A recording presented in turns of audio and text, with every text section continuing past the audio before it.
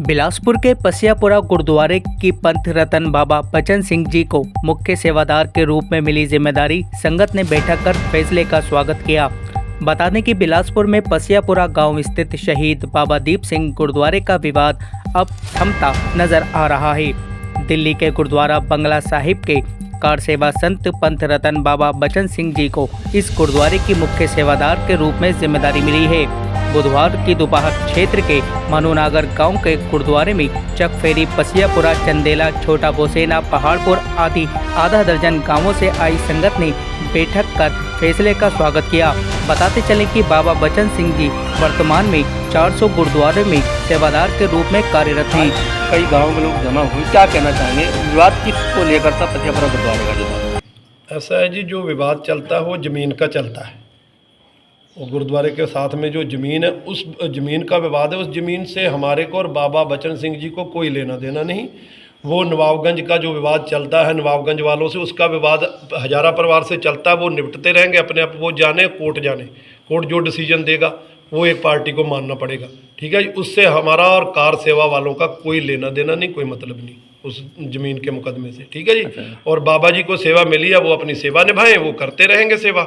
ज़मीन के मुकदमेबाजी से उनको कोई मतलब नहीं, कोई लेना देना नहीं। बाबा जी के साथ आप भी सेवा करेंगे? बिल्कुल जी जान से करेंगे सेवा। बाबा जी के साथ हैं, पहले भी साथ थे, आज भी साथ हैं।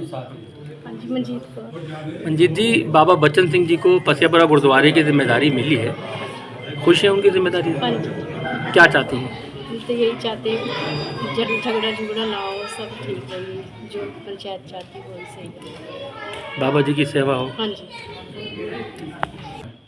हम जो बाबा बचन सिंह हैं वो कम से कम 400 गुरुद्वारे की वो सेवा कर रहे हैं, निभा रहे हैं। और इतनी अच्छी सेवा निभा रहे हैं कि कोई आदमी उसमें शक ही नहीं कर सकता कि इतनी अच्छी सेवा उनकी निभ रही है। ठीक है। और हम जो जितनी भी संगत इकट्ठी हुई है इस टाइम, कई गांव की संगत यहाँ आई है, ये सब सहमत हैं, बाबा जी के साथ हैं, खुश हैं, सब संतुष्ट हैं दिल्ली वाले बाबा जी से, बाबा बचन सिंह जी से। उनको सेवा दी गई है, हम बहुत संतुष्ट हैं, बहुत खुश हैं इस बात से। और जितनी संगत है सब खुश हैं। कितने गांव के लोग हैं इसमें? यहाँ कम से कम 4, 5, 6 गांव के लोग हैं। कौन कौन से गांव? ये यहाँ पहाड़पुर के हैं, बड़े बरसाना के हैं, गलड़िए के हैं, मनुनगर, पसियापुर, ये हाँ चकफेरी से भी शायद हो सकते हैं। मगर इतने गांव की यहाँ ये लोग इकट्ठे हुए हैं जी।